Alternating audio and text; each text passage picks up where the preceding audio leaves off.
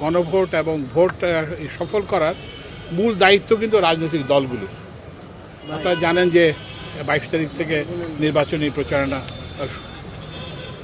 শুরু হবে এবং তখন কিন্তু তারা কি বলে যে এই তাদের দলীয় প্রার্থীর জন্য যে প্রচারণা করবেন, সেটার সঙ্গে তারা ওই যে গণভোটের প্রচারণাকেও তাদের অন্তর্ভুক্ত। আমরা এর মধ্যে রাজনৈতিক দলগুলোর সঙ্গে প্রধান উপদেষ্টা বৈঠকে মিলিত হয়েছে এবং সেখানে সব রাজনৈতিক দল আমাদেরকে আশ্বস্ত করেছেন যে তারা তাদের যে প্রার্থীদের নির্বাচনী প্রচারণার পাশাপাশি তারা গণভোটের জন্য প্রচারণা করবে। তো সুতরাং আমরা আশা করতেছি যে এটা খুব শীঘ্রই একদম তৃণমূল পর্যায়ে পৌঁছে যাবে। প্রত্যেকটা গ্রামে, প্রত্যেকটা ইউনিয়নে, প্রত্যেকটা উপজেলায়, প্রত্যেক জায়গায় আমরা পৌঁছে যাব।